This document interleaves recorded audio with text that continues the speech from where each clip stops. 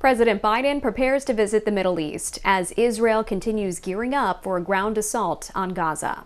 Madeline Rivera has more from Jerusalem. The U.S. is deepening its involvement in the conflict between Israel and Gaza as the fighting intensifies. The Israeli military stepping up its attacks on Hamas targets in the Gaza Strip, while the U.S. works with regional allies on the diplomatic front. Secretary of State Antony Blinken has been in the region for days trying to secure the release of American hostages. And on Wednesday, President Biden arrives here to show support for Israel and also push for aid for Palestinian civilians. That's obviously going to be high on the president's agenda to make the case that humanitarian assistance not only needs to start, but it needs to be able to be sustainable. The president's visit comes as Israel prepares for a ground assault in Gaza.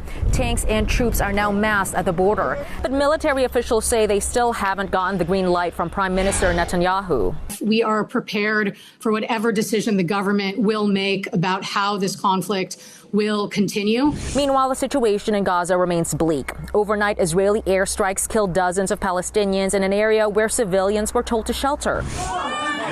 And with basic supplies like food and medicine running out, some parents say their kids are struggling to survive. They cannot even reassure their children to tell them that it's going to be okay, because maybe it's not going to be okay. The U.S. says at this point more than 1 million Palestinians have left their homes for the evacuation area in southern Gaza.